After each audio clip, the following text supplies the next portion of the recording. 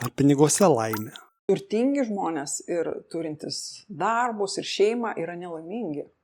Ir tai yra labai dažnas reiškinys, kai ateina, sako, kodėl, viską gavau, ko norėjau. Bet netgi Buda prašvito būdamas karalium, kai supranti, kad turtai yra, bet tu viduje esi tuščia ir nieko. Čia rodo dažniausiai žmogaus nerealizacija tokia viduje. Ir tas yra labai gerai, kuo greičiau mes turtus gaunam ir šeima, ir dar kažkas, mes tą greičiau suvokiam, mes turim laiko pakeisti, nes mūsų potencialas tikrai yra daug didesnis negu užsidirbti pinigų, kaip kiti įsivaizduoja, gausiu pinigų ir būsiu laimingas. Tikrai ne. Aš kiek susiduriu su žmonėm, tai tie, kurie neturi pinigų, sprendžia visada klausimą, jau kaip turėsiu, tai va ten laimė ir yra. Bet kai jau turi ir matai, dar blogiau iš tikrųjų, nes tikslas pasiektas, o pinigų yra, o laimės visiškai nėra.